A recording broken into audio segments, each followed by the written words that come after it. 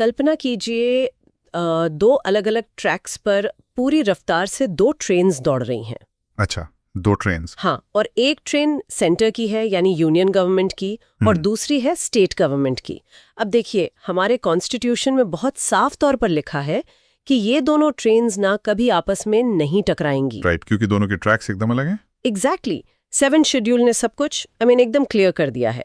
Parliament अपनी union list के subjects पर लॉ बनाती है, जैसे डिफेंस हो गया या फॉरेन अफेयर्स, और जो स्टेट गवर्नमेंट्स हैं वो अपनी स्टेट लिस्ट पर फोकस करती हैं, लाइक पुलिस, हेल्थ सर्विसेज वगैरह। बिल्कुल, नॉर्मल सर्कमस्टेंसेस में कोई किसी के रास्ते में नहीं आता। दोनों अपने अपने दायरे में बॉस हैं। सही कहा, लेकिन जरा सोचिए, अगर अचानक कोई ऐसा स्विच दबा दे जिससे स्टेट के ट्रैक पर भी सेंटर की ट्रेन दौड़ने लगे। तब तो ऐसा लगता है जैसे कोई बहुत बड़ा हादसा होने वाला है। हाँ, सुनने में तो किसी डीरेलमेंट जैसा ही लगता है, लेकिन एक्चुअली कॉन्स्टिट्यूशन मेकर्स ने इसको एक बहुत ही सोची समझी स्ट्रैटेजी के तहत डिजाइन किया था। और आज के इस डीप डाइव का मेन मकसद यही है। हम इस फेडरल स्ट्रक्चर के सबसे बड़े एक्सेप्शंस को समझने वाले हैं। हम उन 5 स्पेशल सिचुएशंस की बात करेंगे जब देश की पार्लियामेंट सीधे स्टेट्स के मैटर्स पर कानून बना सकती है। राइट, वो आर्टिकल्स 249, 250, 252, 253 और 356 की ऐसी जर्नी है ना, जो दिखाती है कि हमारा देश जरूरत पड़ने पर कैसे अपना रूप बदल लेता है। और पता है, ये टॉपिक सिर्फ लीगल पर्सपेक्टिव से नहीं, देश के एग्जिस्टेंस के पॉइंट ऑफ व्यू से भी बहुत इंपॉर्टेंट है। केसी वियरे जैसे फेमस थिंकर्स ने तो इंडियन कॉन्स्टिट्यूशन को क्वाजी फेडरल यानी अर्धसंज्ञा कहा है। क्वाजी फेडरल, हाँ, मतलब पूरी तरह से फेडरल नहीं है। एग्जैक्टली। इसका मतलब है कि नॉर्मल टाइम में तो हम फेडरल सिस्टम की तरह काम करते हैं, जहां स्टेट्स के पास पावर है। लेकिन जब जरूरत पड़ती है तो ये सिस्टम पूरी तरह से यूनिटरी या एकात्मक बन सकता है। एकदम से स्विच हो जाता है। हाँ, ये सेपरेशन ऑफ पावर्स का कोई पत्थर पर लिखा रिजिड रूल नहीं है, ये एक लिविंग ब्रीदिंग सिस्टम है। लेकिन मुझे एक बात समझ नहीं आती, ये एक बहुत बड़ा पैराडॉक्स नहीं लगता? कॉन्स्टिट्यूशन मेकर्स ने स्टेट्स को ऑटोनॉमी दी, लेकिन फिर अचानक सेंटर को ये ओवरराइडिंग पावर, एक ऐसी मास्टर की दे दी कि वो स्टेट्स के दरवाजे कभी भी खोल सकते हैं। देखिए, ये पैराडॉक्स लगता जरूर है, लेकिन इसका जवाब हमारी हिस्ट्री में छुपा है। जब कॉन्स्टिट्यूशन लिखा जा रहा था तो देश ने पार्टीशन का एक बहुत बड़ा और वायलेंट ट्रॉमा झेला था, राइट? हाँ, वो दौर तो काफी मुश्किल था। उनको ये डर भी था कि अगर किसी नेशनल क्राइसिस में सेंटर के पास देश को एकजुट रखने की पावर नहीं हुई तो देश शायद फिर से टुकड़ों में बंट सकता है। ओह, इसीलिए उन्होंने सिक्योरिटी फर्स्ट यानी सुरक्षा सर्वोपरि का अप्रोच रखा। एग्जैक्टली, यही वजह थी इन ओवरराइडिंग पावर्स की। समझ गई। ये हिस्टोरिकल कॉन्टेक्स्ट काफी चीजें क्लियर कर देता है। तो चलिए इस क्वाजी फेडरल मैजिक के पहले हिस्से को देखते हैं, जो कि है आर्टिकल 249। अब फ्रैंकली मुझे ये प्रोविजन हमेशा से थोड़ा अजीब लगता है। अजीब क्यों? देखिए, मान लीजिए देश में कोई इमरजेंसी नहीं है, सब कुछ ठीक चल रहा है, शांति है, लेकिन फिर भी अगर पार्लियामेंट डिसाइड करे कि नेशनल इंटरेस्ट में स्टेट के किसी विषय पर लॉ बनाना जरूरी है, तो वो बना सकती है। बिना किसी क्राइसिस के सेंटर स्टेट्स के मैटर में कैसे इंटरफेयर कर सकता है? मैं बताती हूँ। यहाँ पर एक बहुत बड़ा कैच है। ये इंटरफेरेंस पार्लियामेंट अपनी मर्जी से अकेले नहीं कर सकती। यहाँ एंट्री होती है राज्यसभा की। Okay, council of states. हाँ, हमें ये याद रखना चाहिए कि राज्यसभा सिर्फ एक हाउस नहीं है, वो स्टेट्स का रिप्रेजेंटेशन है। वहाँ जो लोग बैठे हैं उनको स्टेट्स की असेंबलीज ने ही चुनकर भेजा है। राइट, तो बेसिकली वो स्टेट्स की आवाजें हैं वहां पर। बिल्कुल। तो आर्टिकल 249 कहता है कि अगर राज्यसभा अपने प्रेजेंट और वोटिंग मेंबर्स के 2/3 स्पेशल मेजॉरिटी से एक रेजोल्यूशन पास कर दे कि किसी स्टेट लिस्ट के सब्जेक्ट पर लॉ बनाना देश के हित में है, तभी पार्लियामेंट को वो पावर मिलती है। वेट, अगर मैं इसको सही से समझ रही हूँ तो ये कुछ ऐसा है जैसे स्टेट्स खुद ही पार्लियामेंट को अपने जुरिस्डिक्शन में आने का एक टेम्पररी वीआईपी पास दे रहे हैं। एग्जैक्टली, परफेक्ट एनालॉजी दी आपने, टेम्पररी वीआईपी पास। क्योंकि अगर 2/3 मेजॉरिटी से स्टेट्स के रिप्रेजेंटेटिव्स खुद कह रहे हैं कि देश के लिए एक यूनिफॉर्म लॉ चाहिए, तो ये स्टेट्स की ऑटोनॉमी कम नहीं कर रहा, बल्कि उनकी कंसेंट दिखा रहा है। सही बात है, ये स्टेट्स पर कोई जबरदस्ती नहीं है, बल्कि एक कलेक्टिव डिसीजन है। और आपने एक वर्ड यूज किया था, टेम्पररी। ये बहुत इंपॉर्टेंट पॉइंट है यहाँ पे। अच्छा, कैसे? देखिए, राज्यसभा जो ये रेजोल्यूशन पास करती है ना, वो सिर्फ 1 साल के लिए वैलिड होता है। वो परमानेंट सरेंडर ऑफ पावर नहीं है। ओह, मतलब सिर्फ 1 साल का पास है। तो क्या इसका मतलब पार्लियामेंट जो कानून बनाएगी वो भी सिर्फ 1 साल तक चलेगा? क्या होगा अगर सेंटर को लगे कि लॉ को और लंबा चलाना है? अगर जरूरत बाकी है तो राज्यसभा को 1 साल बाद फिर से नया रेजोल्यूशन पास करना होगा। इसको हर बार 1 साल के लिए रिन्यू किया जा सकता है।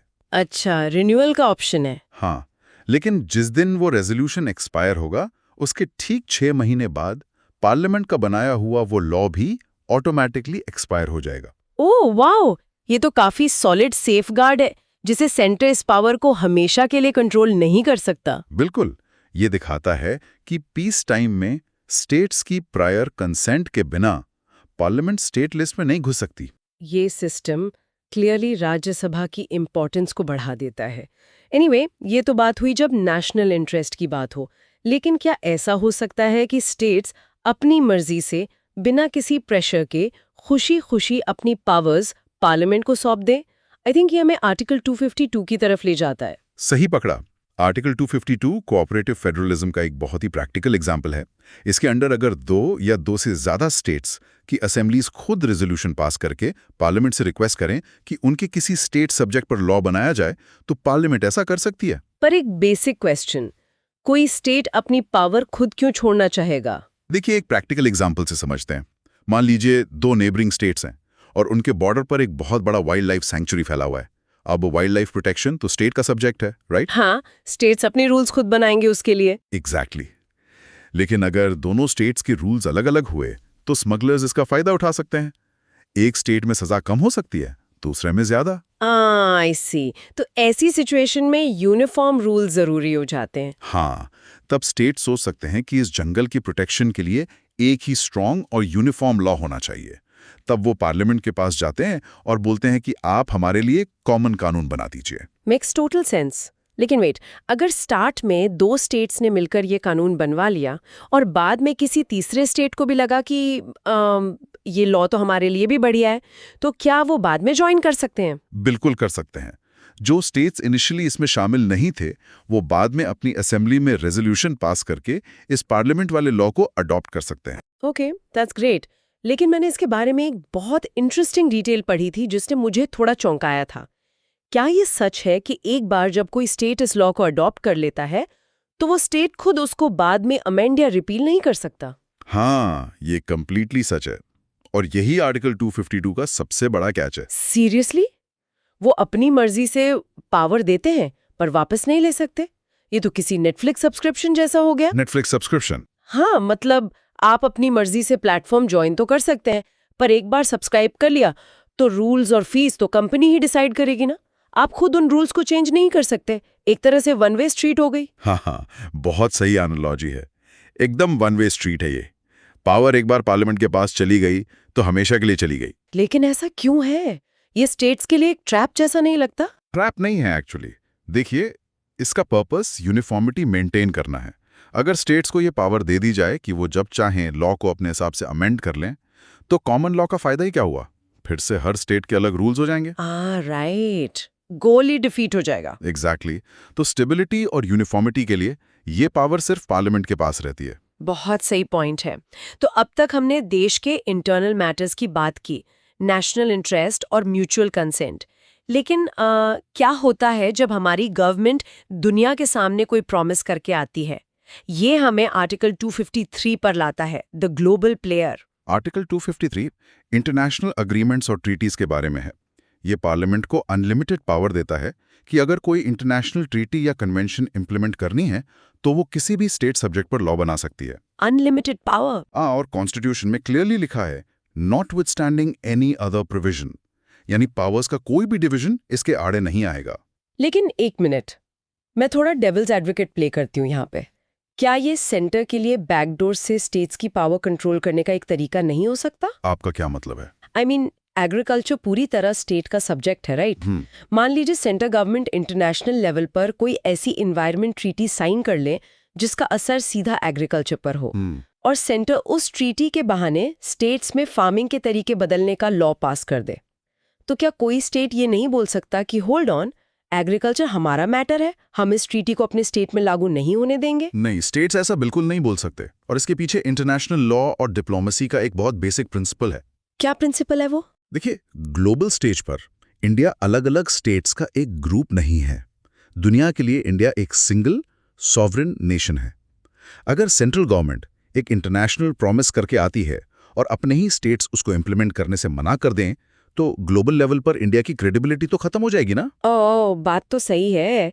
दूसरी कंट्रीज को हमारे इंटरनल डिवीजन से क्या लेना देना? एग्जैक्टली। कोई दूसरा देश हमारे साथ डील क्यों करेगा अगर हम अपने खुद के लॉज का बहाना बनाकर ट्रीटी से पीछे हट जाएंगे? सही बात है। अगर सेंटर कोई ग्लोबल एनवायरनमेंट ट्रीटी साइन करता है तो उसको पूरे देश में अप्लाई करना ही होगा। बिल्कुल। इसीलिए ये एब्सोल्यूट ओवरराइडिंग पावर पार्लियामेंट को दी गई है। देश की कूटनीतिक साख यानी डिप्लोमेटिक रेपुटेशन सबसे ऊपर है। ये प्रैक्टिकली काफी समझदारी वाला सेफगार्ड लगता है। ओके, तो अब तक हमने पीस टाइम, म्यूचुअल कंसेंट और इंटरनेशनल अग्रीमेंट्स देखे, लेकिन अब आते हैं सबसे सीरियस और एक्सट्रीम सिनेरियो पर, क्राइसिस मोड। हाँ, जब सिचुएशन आउट ऑफ कंट्रोल हो। राइट। जब देश पर वाकई में कोई खतरा हो, जैसे वॉर या आर्म्ड रिबेलियन, तब क्या होता है? आई थिंक ये आर्टिकल 250 कवर करता है। बिल्कुल। आर्टिकल 250 तब एक्टिव होता है जब देश में आर्टिकल 352 के अंडर नेशनल इमरजेंसी लगी हो। इस टाइम पर हमारा जो क्वाजी फेडरल स्ट्रक्चर है ना, वो कंप्लीटली यूनिटरी या एकात्मक सिस्टम में कन्वर्ट हो जाता है। तो इसका मतलब इस सिचुएशन में ना तो राज्यसभा से परमिशन चाहिए और ना ही स्टेट से कोई कंसेंट। एकदम नहीं। जब देश का अस्तित्व, उसका एग्जिस्टेंस ही ढंके की चोट पर हो, तो ये प्रोसीजर्स और पावर्स की बहस बैकग्राउंड में चली जाती है। पार्लियामेंट को देश के किसी भी हिस्से के लिए स्टेट लिस्ट के किसी भी सब्जेक्ट पर लॉ बनाने की एब्सोल्यूट पावर मिल जाती है। Security comes first. अगर बॉर्डर पर दुश्मन खड़ा है तो हम अंदर ये थोड़ी ना बहस करेंगे कि किस स्टेट की क्या बाउंड्री है। एग्जैक्टली। पूरे देश को एक कमांड और एक लीडरशिप के अंडर काम करना होता है। लेकिन क्या इमरजेंसी खत्म होने के बाद ये इमरजेंसी लॉज भी खत्म हो जाते हैं? हाँ, आर्टिकल 249 की तरह ही जैसे ही इमरजेंसी लिफ्ट होती है, उसके ठीक 6 महीने बाद ये लॉज ऑटोमेटिकली इनएक्टिव हो जाते हैं और सिस्टम अपने नॉर्मल स्टेट में लौट आता है। चलो, ये तो एक्सटर्नल थ्रेट्स की बात हुई, लेकिन आखिरी और शायद सबसे कंट्रोवर्शियल सर्कमस्टेंस के बारे में बात करते हैं, टोटल सिस्टम फेलियर। आप आर्टिकल 356 यानी प्रेसिडेंट्स रूल की बात कर रही हैं? हाँ। क्या होगा अगर थ्रेट बाहर से नहीं, बल्कि स्टेट के अंदर ही पूरी कॉन्स्टिट्यूशनल मशीनरी फेल हो जाए? ये बहुत ही सेंसिटिव प्रोविजन है। आर्टिकल 356 के अंदर अगर प्रेसिडेंट को लगता है कि स्टेट का एडमिनिस्ट्रेशन कॉन्स्टिट्यूशन के हिसाब से नहीं चल सकता, तो वो वहां की गवर्नमेंट को हटाकर स्टेट का कंट्रोल अपने हाथ में ले लेते हैं, जिसको हम आम भाषा में राष्ट्रपति शासन कहते हैं। पर इसका स्टेट के लॉज पर क्या इम्पैक्ट पड़ता है? इसके लिए आर्टिकल 377 पिक्चर में आता है। ये पार्लियामेंट को अलाउ करता है कि वो उस स्टेट की लेजिस्लेटिव असेंबली की सारी पावर्स का यूज करें, यानी उस स्टेट का बजट पास करना, नए लॉज बनाना, सब पार्लियामेंट के हाथ में आ जाता है। यहाँ पर एक बहुत क्रूशियल डिस्टिंक्शन है जो मैं पॉइंट आउट करना चाहूंगी। हाँ, बताइए। हमने देखा कि 249 में और 250 में जो लॉज बनते हैं वो सिचुएशन के ठीक 6 महीने बाद ऑटोमेटिकली एक्सपायर हो जाते हैं। बिल्कुल। तो क्या प्रेसिडेंट्स रूल में भी यही होता है? मतलब जैसे ही राष्ट्रपति शासन हटा, लॉ ऑटोमेटिकली खत्म? नहीं, और यही इस प्रोविजन का सबसे बड़ा ट्विस्ट है। प्रेसिडेंट्स रूल के दौरान पार्लियामेंट ने स्टेट के लिए जो लॉज बनाए हैं, वो रूल खत्म होने के बाद ऑटोमेटिकली एक्सपायर नहीं होते। Wait, really? ये बाकी सिचुएशन से एकदम अलग है। लेकिन ये तो थोड़ा अनडेमोक्रेटिक नहीं लगता?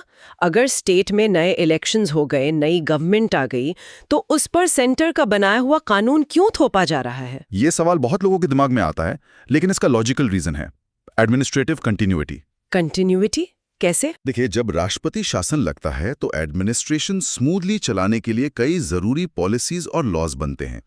अगर शासन खत्म होते वो सब ऑटोमेटिकली कैंसिल हो जाएं, तो स्टेट में एक लीगल वैक्यूम क्रिएट हो जाएगा, कंफ्यूजन और कियोस फैल जाएगा। I get it. अचानक से जीरो रूल्स वाली सिचुएशन हो जाएगी। एग्जैक्टली। इसलिए नियम यह है कि वो लॉज तब तक अप्लाई रहेंगे जब तक नई स्टेट गवर्नमेंट खुद असेंबली में उन्हें रिपील या अमेंड ना कर दे। ओह, तो बेसिकली नई स्टेट गवर्नमेंट के पास पावर होती है कि वो आके उन लॉज को हटा दे। हाँ, वो आकर लॉज चेंज कर सकते हैं, लेकिन जब तक वो कुछ एक्शन नहीं लेते, सिस्टम को स्मूथली चलाने के लिए वो लॉज एक्टिव रहते हैं। ये एक्सप्लेनेशन काफी मेक सेंस करता है। हालांकि हम इस बात को कंप्लीटली इग्नोर नहीं कर सकते कि हिस्ट्री में सबसे ज्यादा पॉलिटिकल कंट्रोवर्सीज इस आर्टिकल 356 की ही हुई हैं। गवर्नमेंट्स अपने पॉलिटिकल राइवल्स की स्टेट गवर्नमेंट्स को गिराने के लिए इस पावर का खूब मिसयूज करती थी। हाँ, मतलब कैजुअली प्रेसिडेंट्स रूल लगा दिया जाता था। बिल्कुल, लेकिन टाइम के साथ हमारा डेमोक्रेसी भी मैच्योर हुआ है।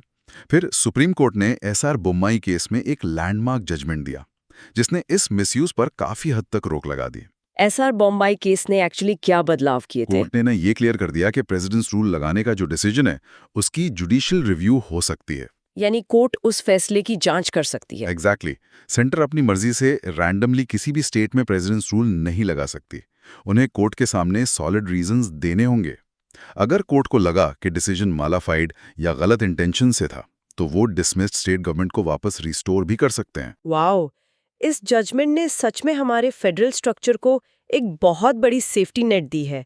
ये देखना काफी फैसिनेटिंग है कि हमारा कॉन्स्टिट्यूशन और जुडिशरी टाइम टाइम पर सिस्टम के लूप होल्स को कैसे फिक्स करते हैं। सही बात है। ये कॉन्स्टिट्यूशनल मशीनरी की ब्यूटी है। तो अगर हम आज के इस पूरे डिटेल डिस्कशन को समराइज करें तो ये क्लियरली दिखता है कि इंडियन कॉन्स्टिट्यूशन का ये क्वाजी फेडरल नेचर कितना स्मार्ट और प्रैक्टिकल है। बिल्कुल। नॉर्मल डेज में स्टेट्स के पास उनके डेवलपमेंट के लिए पूरी फ्रीडम है। हाँ, लेकिन जैसे ही कोई क्राइसिस आता है, चाहे नेशनल इंटरेस्ट की बात हो, ग्लोबल रेपुटेशन की या सिक्योरिटी की, सेंटर के पास एक सेफ्टी वाल्व की तरह ये ओवरराइडिंग पावर्स आ जाती हैं। या आर्टिकल 249, 250, 252, 253 और 356, ये सिर्फ लीगल नंबर्स नहीं है, ये वो टूल्स हैं जो इस देश को चलाते हैं। और इस डिस्कशन के बाद एक बहुत डीप थॉट निकल कर आता है।